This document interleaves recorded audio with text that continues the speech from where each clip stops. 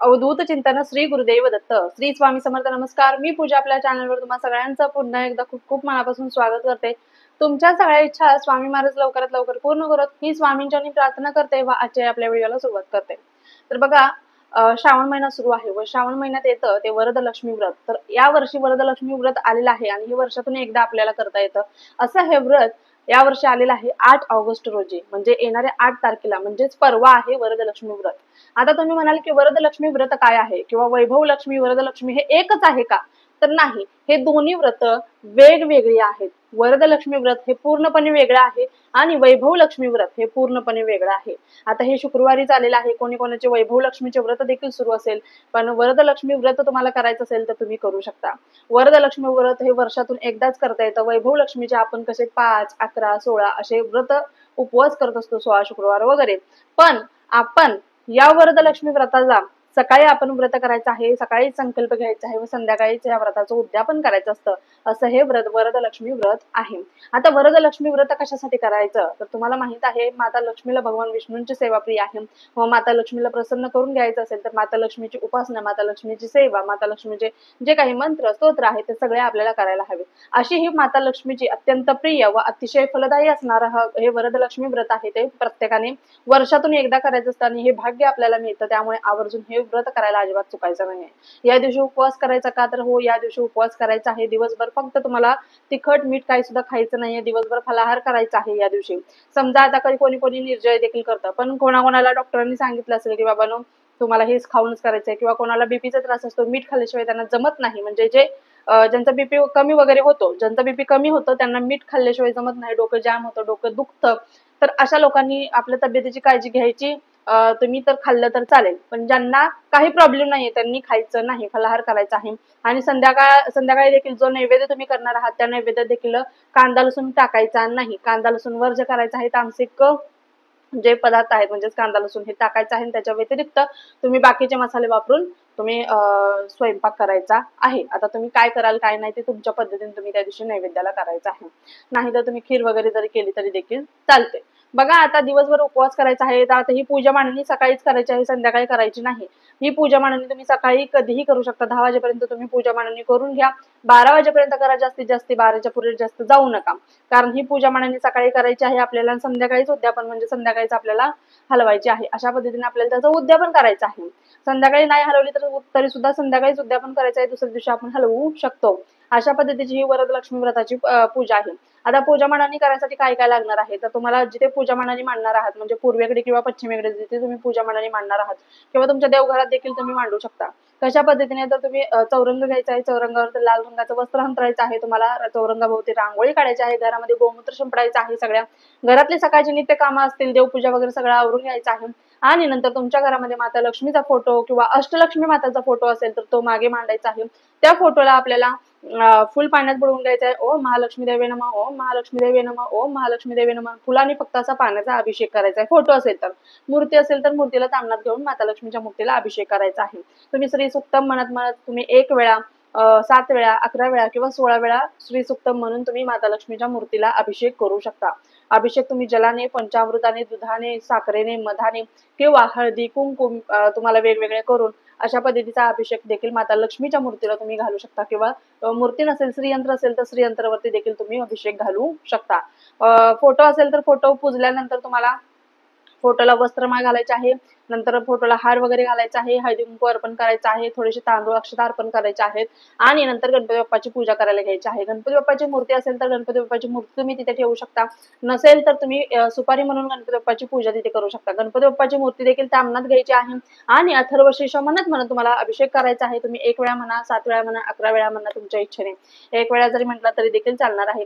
अभिषेक करत करत करायचा आहे. अभिषेक झाल्यानंतर गणपती बाप्पाची मूर्ती स्वच्छ पुसायची आहे, त्यांच्या जागेवर त्यांना स्थानापन्न करायचं आहे, त्यांना वस्त्रमाळ वगैरे अर्पण करायचं आहे. दुर्वा, त्यांना लाल रंगाचं फुल आवडतं, म्हणजे जास्वंद द्या, जास्वंद नसेल तर तुम्ही गुलाबाचं फुल ठेवलं किंवा झेंडूचं फुल ठेवलं तरी देखील चालेल. आणि गुळ व खोबऱ्याचा नैवेद्य त्यांना दाखवायचा आहे. धूप दीप अगरबत्ती त्यांना दाखवून घ्यायची आहे.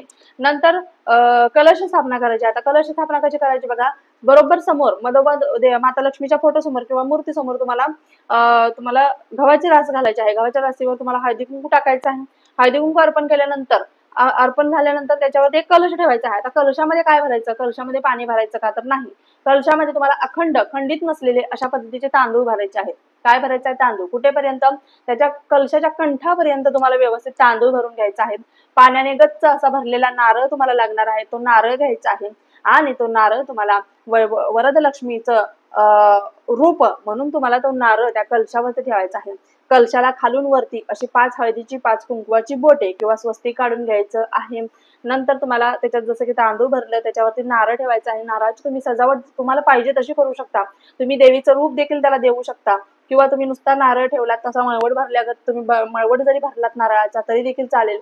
नारळ देखील वस्त्रमाळ अर्पण करायचे आहे, फूल वगैरे, हार वगैरे अर्पण करायचा आहे. वरदलक्ष्मीचं रूप म्हणून आपण त्या नारळाची पूजा करत असतो. त्यावेळेस त्या नारळाची यथासांग आपल्याला पूजा सगळी करून घ्यायची आहे.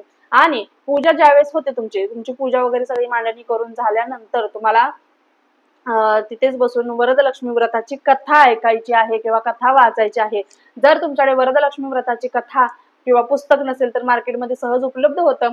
नसेल तर तुम्ही मोबाईलमध्ये पाहून जरी वरदलक्ष्मी व्रताची कथा बोलली किंवा ऐकली तरी देखील चालते. अशा पद्धतीने वरदलक्ष्मी व्रताची कथा तुम्हाला कहाणी ऐकायची आहे, वाचायची आहे.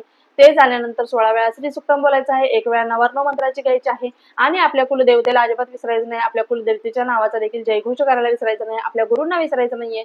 श्री स्वामी समर्थ या मंत्राची, या षडाक्षरी मंत्राची एक तरी माळ तुम्हाला घ्यायची आहे. ह्या छोट्या छोट्या सेवा आहेत आणि भगवान विष्णूंच्या नावाची तुम्हाला एक माळ म्हणजे ओम नमो भगवते वासुदेवाय नमः, ओम नमो भगवते वासुदेवाय नमः या मंत्राचा देखील तुम्ही 1 वेळा जप करू शकता. अशा पद्धतीने वरदलक्ष्मी व्रत तुम्हाला करायचं आहे. आता संध्याकाळी उपवास सोडणार तुम्ही, सांगता आहे, उद्यापन आहे, तर त्यावेळेस तुम्ही खीर करू शकता. खिरीचा नैवेद्य दाखवू शकता. तुम्ही 7 किंवा 11 किंवा 16 अशा सवासना आपल्या घरी बोलवायच्या आहेत. घरी बोलवल्यानंतर त्यांना मानपान, हळदी कुंकू लावायचं आहे. त्यांची ओटी भरायची आहे. खणा नारळानं ओटी भरायची आहे. म्हणजे साडी घ्यावी असं काही नाही. ब्लाउज पीस आणि नारळ नाही किंवा तुम्ही खोबऱ्याची वाटी वगैरे ठेवली, तांदूळ वगैरे घेऊन त्यांची ओटी भरायची आहे. 16 शृंगारापैकी एक काही तर त्यांना मग गजरे द्या, टिकली द्या, काहीही द्या. त्याच्यापैकी एक 16 शृंगारापैकी एक किंवा हळदी कुंकू जरी दिलं तरी देखील चालतं. अशा पद्धतीने त्यांची ओटी भरायची आहे आणि त्यांना खायला कोणी कोणी जेवायला देखील देतं बघा. जर तुमच्याकडून होत नसेल तर तुम्ही खिरीचा नैवेद्य किंवा केळी देऊ शकता, साखर देऊ शकता, दूध साखर देऊ शकता. तुमच्या इच्छेने तुम्ही काहीही देऊ शकता. त्यांना काही तर खायला द्यायचं आहे आणि नंतर आपल्याला आपलं व्रत सोडायचं आहे. व्रताच्या दिवशी जसं की सांगितलं, संध्याकाळी उद्यापनाच्या जेवणामध्ये तुम्हाला कांदा लसूण काही देखील टाकायचा नाहीये. त्याच पद्धतीने तसा स्वयंपाक बनवायचा आहे. मग तुम्ही वरण भात भाजी काही देखील बनवा. बघा, खोबरं वगैरे टाकून अद्रक वगैरे टाकलं तरी देखील स्वयंपाक सुंदर बनतो. कांदा लसूण नसला तरी देखील स्वयंपाक सुंदर बनतो. एकदा ट्राय करून पहा. नसेल तुम्हाला कळत कशा पद्धतीने करावं, युट्यूबवर सर्च करा, भरपूर रेसिपीज असतात. तुम्ही तिथे सर्च करून जरी स्वयंपाक केलात म्हणजे कशा पद्धतीने मसाला वगैरे बनवायचा, आणि भरपूर जणांना मसाल्याचं जेवण खायची सवय असते म्हणून सांगते. अशा पद्धतीने जरी तुम्ही केलं तरी देखील चालणार आहे. आता संध्याकाळी ज्यावेळेस तुमचे उद्यापन वगैरे होतं, तुमचे संध्याकाळी आता आपल्याला काय कथा वाचायची नाही, कारण आपण सकाळी कथा वाचून घेतलेली आहे. संध्याकाळी सवासण वगैरे ज्यावेळेस बोलवतो त्यावेळेस माता लक्ष्मीला प्रार्थना करायची की तू अशीच आमच्या घरात नांदावी, तुझी अशीच कृपा आमच्या घरावरती, आपल्या घरावरती अखंड राहू दे आणि घरातील प्रत्येक सदस्याच्या डोक्यावरती तुझी अशीच अखंड कृपा, अशाच कृपा आशीर्वाद राहू दे. म्हणून माता लक्ष्मीला नमन करायचं आहे, प्रार्थना करायची आहे आणि माता लक्ष्मी सोबत भगवान विष्णूंचा देखील जयघोष करायला अजिबात विसरायचा नाहीये. अशा पद्धतीने मनोमन लक्ष्मी मातेला प्रार्थना करायची आहे की अशीच अखंड आपल्या घरात नांदत राहा आणि कधीही हे घर सोडून जाऊ नकोस, अशी माता लक्ष्मीला विनवणी देखील आपल्याला करायची आहे. अशा पद्धतीने वरदलक्ष्मी व्रत हे आपल्याला करायचं आहे आणि तुम्ही उद्यापन याचं त्या दिवशीच उचलू शकता. नसेल तर तुम्ही सकाळी उठून देखील जरी उचललं तरी देखील चालते. ही पूजा सगळी उचलायची आहे. आणि आता बघा, जे गव्हाचे रास घातलेले आहे ते गव्हामध्ये टाकून द्यायचं आहे. पण जे कलशामध्ये तांदूळ भरलेला आहे, आपण त्या तांदळाचं काय करायचं, तर त्याच्यातील थोडंसं तांदूळ तुम्ही तुमच्या तांदळामध्ये मिक्स करा किंवा जो तुम्ही भात बनवणार आहात त्याच्यात मिक्स करा. म्हणजे कधी कधी कसं होतं की त्या तांदूळ बघा, कोणी कोणी पाळतं नाही, श्रावण नाही पाळत. कधी कधी ते तांदूळ मग नॉनव्हेज मध्ये तुम्ही भातासाठी वापरू नका. हे भाताचा तांदूळ ज्या दिवशी कराल त्या दिवशी संपवायचा आहे. म्हणजे तुम्ही काय करा, 1 वाटीचा भात करा, 1 वाटी तुम्ही पक्ष्यांना टाका आणि राहिलेल्या तांदळाची तुम्ही खीर जरी केली तरी देखील चालते. अशा पद्धतीने तुम्हाला तुमच्या धान्यात देखील तुम्ही मिसळा, जास्तीचे तांदूळ असतील तर. अशा पद्धतीने जरी केलं तरी देखील चालतं. म्हणजे जर तुमच्या घरात मांसाहार वगैरे करत नसतील तर तुम्ही धान्यात मिसळा, नाही तर तुम्ही आपलं खीर करा, थोडासा भात करून ते तांदूळ संपवून टाकायचं आहे. गोडाचा नैवेद्य देखील तुम्ही करू शकता. आता त्या नारळाचं काय करायचं, तर नारळाचं बघा, तुम्ही आता प्रत्येकाची इच्छेनुसार असतं बरं का. तुम्ही त्या नारळाचा फोडून प्रसाद देखील खाऊ शकता किंवा तुम्ही तो नारळ प्रवाहित देखील करून देऊ शकता किंवा तोच नारळ तुम्ही नंतर घरात देखील ठेवू शकता, दुसऱ्या पूजेमध्ये देखील वापरू शकता. तुमच्या इच्छेने आहे. बघा तुमच्या इच्छेने आहे. कधी-कधी काय होतं आपण ते माता लक्ष्मी स्वरूप पूजलेलं असतो नारळ, मग आपल्या मनात शंका येते की माता लक्ष्मी स्वरूप नारळ पूजलेला आहे, मग तो फोडायचा कसा? तर मनात कोणत्या शंका नाही, तो फोडून प्रसाद घरात गोड काही तर करून त्याचं खायचं आहे. अशा पद्धतीने तुम्ही सगळी पूजा मांडणी वगैरे उचलायची आहे. जिथल्या वस्तू जिथे होत्या माता लक्ष्मीची मूर्ती असो, फोटो असो, तिथे जागेवरती ठेवून द्यायचा आहे. दिवा चालू असेल तर दिवा तुम्हाला स्वतःहून विझवायचा नाही, तो उचलून दिवा देवासमोर ठेवायचा आहे. जेव्हा तो स्वतःहून माळवेल तेव्हा माळवेल. अशा पद्धतीने म्हणजे ज्या दिवशी तुम्ही त्या दिवशीच पूजा उचलली तर सांगते मी, संध्याकाळच्या वेळेसच पूजा मांडणी उचलायची असते. कोणी कोणी उचलत नाही, सकाळी उचलत असतं. अशा पद्धतीने तुम्हाला वरदलक्ष्मी हे व्रत करायचं आहे.